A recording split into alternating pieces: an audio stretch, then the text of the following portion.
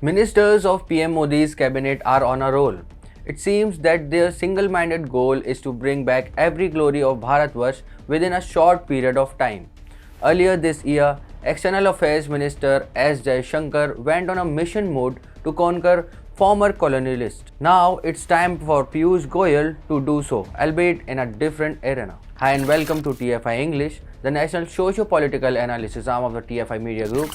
I am your host Piyush, and if you haven't subscribed to the TFI English channel yet, please hit the subscribe button and press the bell icon to receive all the recent updates. Coming back to the story, in this video, I am here to tell you about Piyush Goyal's latest initiative to re-establish India's status as Sone ki Chidiya. What if I tell you that after more than 7 decades of being thrown out of India, European bloc has realized that it is impossible for it to sustain without us? You will get surprised, but that's true. European Union has started to court India, but this time they do not have to deal with a weak monarch. After the blockbuster success of WTO summit, Piyush Goyal will ensure that Europeans do not get more than the deserved headway in India's market. India and European Union will restart their negotiation about the trade treaty on the 27th of June this year. The decision was taken after a meeting between Commerce Minister Piyush Goyal and Valdis Dombrovskis, European Commission's Executive Vice President. During his interaction with the media, Goyal asserted that India is dedicated towards terms of trade under which both India and EU would remain in a win-win situation, emphasizing that other than gain or loss, there is much more to take away from these kinds of agreements. Commerce Minister said, "All cards are on the table and we are coming with an open heart and an open mind. Agreements do not have to always be about gain or demands. I think agreements also have to be which is good for both negotiating teams and for the people."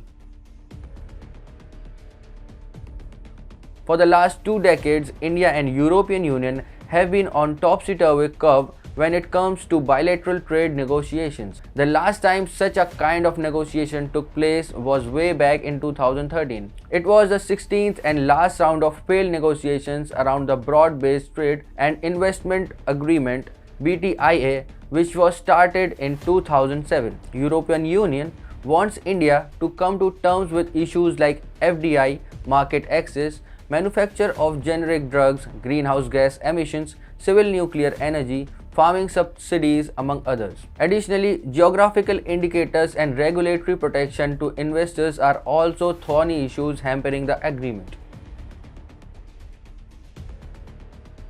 The crux of the issue is that European countries want free access to Indian markets, while India wants to protect its interests first and then provide them some reciprocative access. India's concern is absolutely valid, as free market without any rules and regulations will end up hampering India's local industries. We have learned it from our more than 500 years of history dealing with Europeans.